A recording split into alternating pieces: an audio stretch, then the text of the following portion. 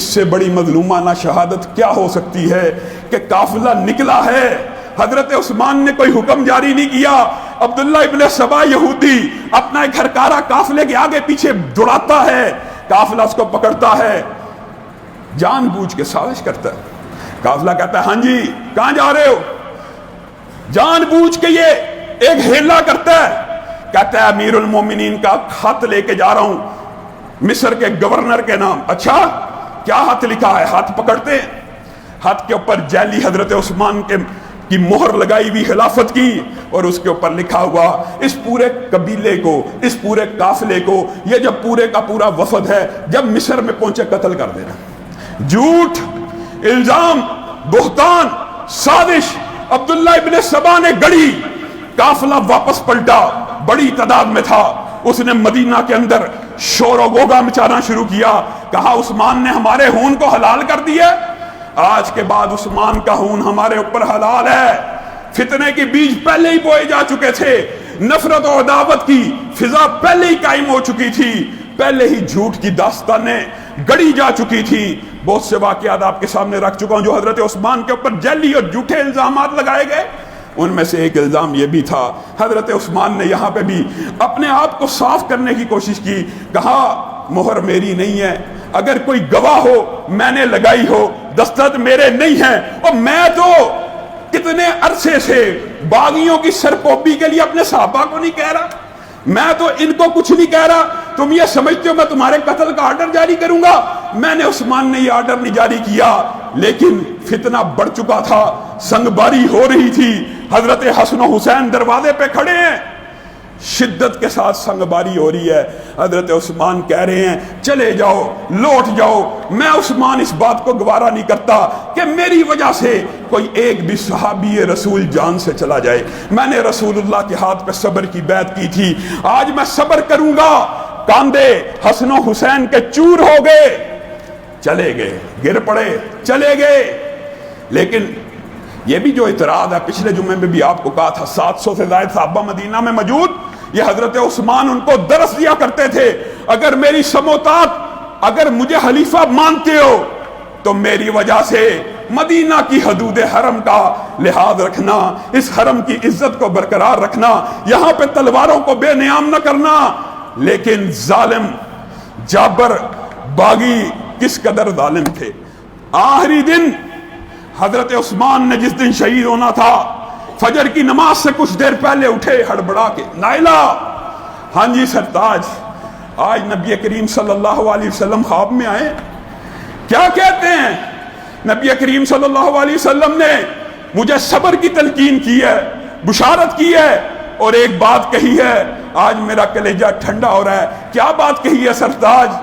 نبی کریم صلی اللہ علیہ وسلم نے کہا ہے روزہ رکھ لینا، روزہ رکھ لینا، آج کے دن افطاری میں محمد صلی اللہ علیہ وسلم اپنے ہاتھوں سے کرواؤں گا۔ حضرت عثمان نے کہا روزہ رکھا، اور پجامہ لے کے آؤ۔ پجامہ عرب نہیں پہنتے تو پہنتے، بالعموم پجامہ منگوایا، نائلہ پجامہ لے کے آنا۔ سرتاج آپ تو پجامہ پہنتے ہی نہیں، دھوتی نما کرتا عربوں میں عام تھا، پجامہ نہیں تھے پہنتے۔ آج مجھے شہید کیا جانا ہے، ایسا نہ ہو میں عثمان دنیا سے رخصت ہو رہا ہوں، میری شرمگاہ، میرا ستر بے حجاب ہو جائے۔ اور حضرت عثمان تو لوگوں وہ تھے، اللہ کی قسم، ابو بکر آئے، نبی کریم کی ران کے اوپر سے کپڑا ہلا ہوا، عمر آئے، نبی کریم کی ران کے اوپر سے کپڑا ہٹا ہوا، عثمان آئے، فٹافٹ ران کے اوپر کپڑا ڈالا۔ حد سے زیادہ ابو بکر و عمر کے وقت میں بھی تجاوز نہیں تھا کیا ہوا، لیکن عثمان آئے، اچھی طرح ڈھانپا۔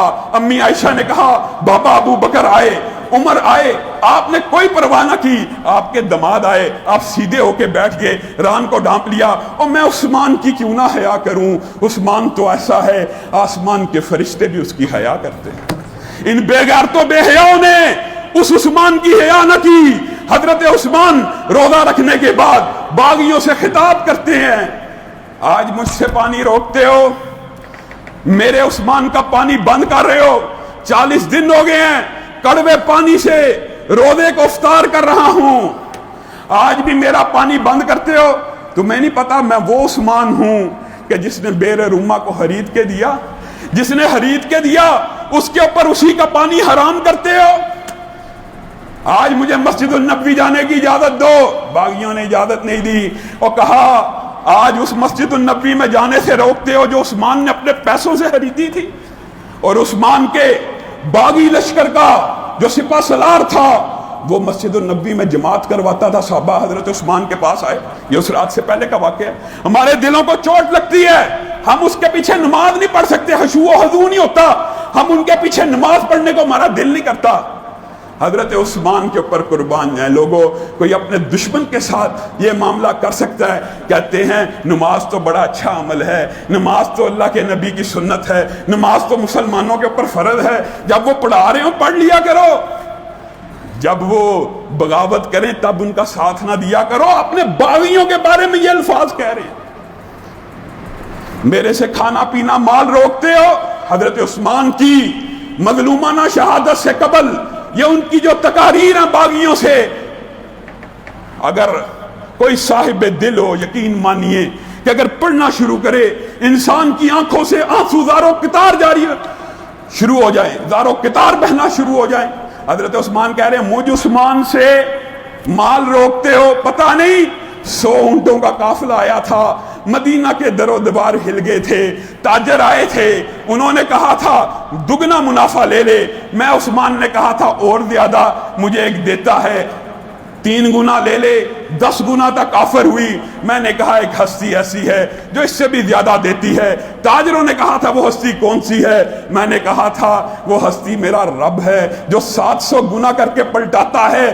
یہ عثمان 100 کے 100 اونٹ مال سے لدے ہوئے اللہ کی بارگاہ میں خیرات کرتا ہے، انفاق کرتا ہے۔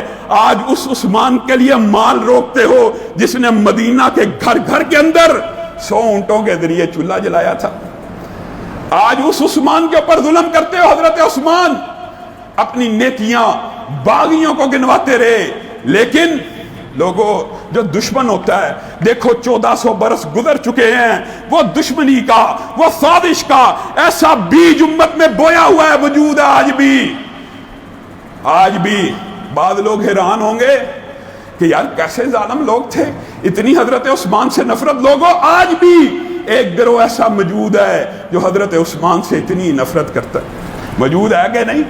کس وجہ سے؟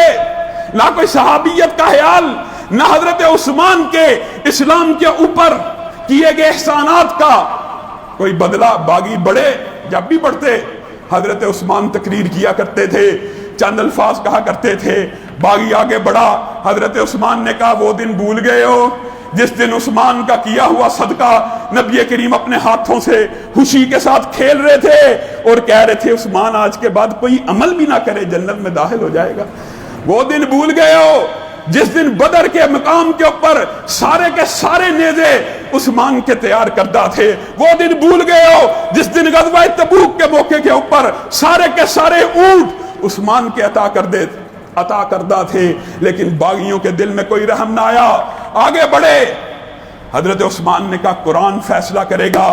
اس باغی کا دل نرم تھا، واپس پلٹ گیا۔ دوسرا آیا، حضرت عثمان کی گردن کو دبایا۔ حضرت عثمان نے کہا اللہ کا قرآن تیرے میرے درمیان فیصلہ کرے گا، اللہ کا قرآن تیرے میرے درمیان فیصلہ کرے گا۔ وہ بھی گھبرا کے واپس چلا گیا۔ تیسرا آیا، اس نے تلوار کو نکالا، حضرت عثمان کے اوپر وار کیا۔ حضرت نیلہ نے اپنے ہاتھوں کو آگے کر دیا، اور ظالموں کیا کرتے ہو؟ اللہ کے رسول کے دماد کو قربان کرتے ہو، جس دماد کے بارے میں تمہارے رسول نے یہ کہا تھا میں محمد صلی اللہ علیہ وسلم کی 40 بیٹیاں بھی ہوتی، ایک فوت ہوتی، دوسری فوت ہوتی، تیسری فوت ہوتی، یکے بعد دیگرے ساری فوت ہوتی جاتی، عثمان مجھ سے رشتہ مانگتا جاتا، میں 40 کی 40 بیٹیاں عثمان کے نکاح میں دے دیتا۔ اس عثمان کے اوپر وار کرتے ہو، ظالم کو خیال نہ آیا، حضرت نائلہ کی بھی انگلیاں کٹ گئیں، حضرت عثمان کے ہاتھ کے اوپر تلوار لگی، حضرت عثمان کا ہاتھ کٹ گیا۔ حضرت عثمان نے سسکی بری، کہا بہت ہی بڑا ظالم ہے، بہت ہی بڑا فاسق ہے، بہت ہی بڑا فاجر ہے تو نے اس ہاتھ کو کاٹ دیا جس نے سورت حجرات سے لے کے ناس تک اپنے ہاتھوں سے تحریر کیا تھا، تو نے اس ہاتھ کو کاٹ دیا جس ہاتھ کو نبی کریم صلی اللہ علیہ وسلم نے کہا تھا یہ عثمان کا ہاتھ ہے، اپنے ہاتھ کو، اور اس ہاتھ کے اوپر تیرے اور میرے رب نے اپنے ہاتھ کو رکھ دیا تھا جس کو بیت رضوان کہا گیا، تو نے اس ہاتھ کو کاٹ دیا۔ شقی القلب تھا، گردن کے اوپر وار کیا۔ حضرت عثمان مظلومانہ شہادت کے منصب پہ فائز ہوئے۔ اور حیران کن بات پتہ کیا ہے؟ جب کوئی شہید ہوتا ہے میدان گواہی دے گا، خون کا قطرہ جہاں گرے گا شہادت کی گواہی ہوگی۔ عثمان کے سامنے قرآن کھلا ہوا، آیات کون سی ہیں؟ فَسَيَكْفِيكَهُمُ اللَّهُ، یہی آیت جو خطبے کے شروع میں پڑھی، فَإِنْ آمَنُوا بِمِثْلِ مَا آمَنْتُمْ بِهِ فَقَدِ اهْتَدَوْا، اگر ایمان لاؤ ان صحابہ جیسا لے کے آؤ، اللہ تمہارا ایمان قبول کرے گا، تمہیں ہدایت دے گا۔ اگر ایسا نہیں لاؤ گے، حضرت عثمان کے خون کے قطرے جن الفاظ پہ گرے، ترکی کے میوزیم کے اندر وہ قرآن آج بھی موجود ہے، گواہ ہے۔ کل قیامت کے دن اللہ کا قرآن گواہی دے گا، فَسَيَكْفِيكَهُمُ اللَّهُ، اے عثمان انشاءاللہ اللہ تیرے لیے کافی ہو جائے گا۔ اللہ کہہ رہا ہے میں کافی ہونے والا ہوں، میں سننے والا ہوں، میں جاننے والا ہوں۔ حضرت عثمان شہید ہو گئے، لیکن نفرت، عداوت اور بغض ختم نہیں ہوا۔ لوگوں مرنے کے بعد تو لوگ دشمنوں کو بھی معاف کر دیتے ہیں، یہ ایسے بدبخت ہیں، اس وقت بھی معاف نہ کیا، آج بھی دنیا میں نہیں ہے تو معاف کرنے کے لیے تیار نہیں۔